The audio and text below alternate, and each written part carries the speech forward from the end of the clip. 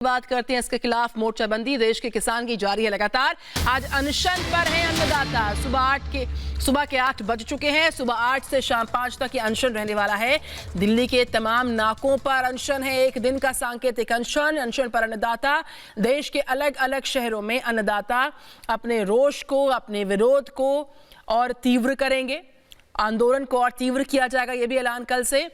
और ये सिंगू बॉर्डर की तस्वीरें आपके सामने हैं। यूनाइटेड फार्मर्स फ्रंट, देखिए संयुक्त किसान मोर्चा दिल्ली, और किस तरीके से संयुक्त तरीके से सारे जो किसान भाई हैं, देश के अन्नदाता हैं, वो मंच पर आप देख पा रहे हैं। सभी लामबंद हैं, एक साथ एक सुर में एक आवाज कि हमें ये कानून वापस करवाना है। ये कानून चूंकि हमें स्वीकार्य नहीं है, मंजूर नहीं है, लिहाजा आज अनशन और कल और इस पूरे आंदोलन को और तीव्र करने की बात।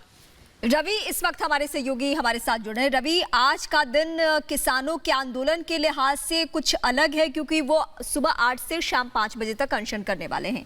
इस बीच कोई और नई बात वहां से निकलकर सामने आ रही है?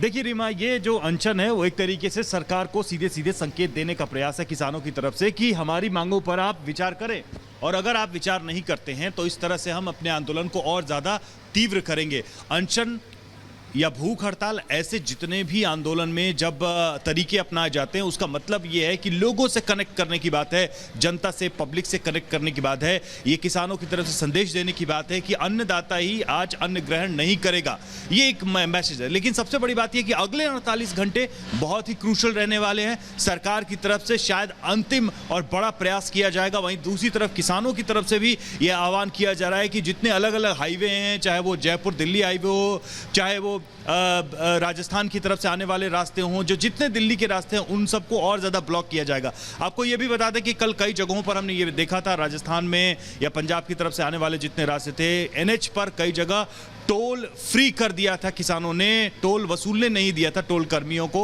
तो इस तरह के जो आंदोलन है उसको और तेज करने की ये कोशिश हो रही है।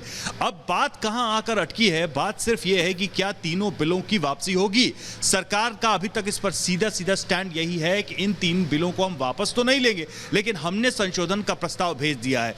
अब किसानों का स्टैंड क्लियर है कि आप तीनों बिल लें और उसके बाद हम आपसे बातचीत करेंगे।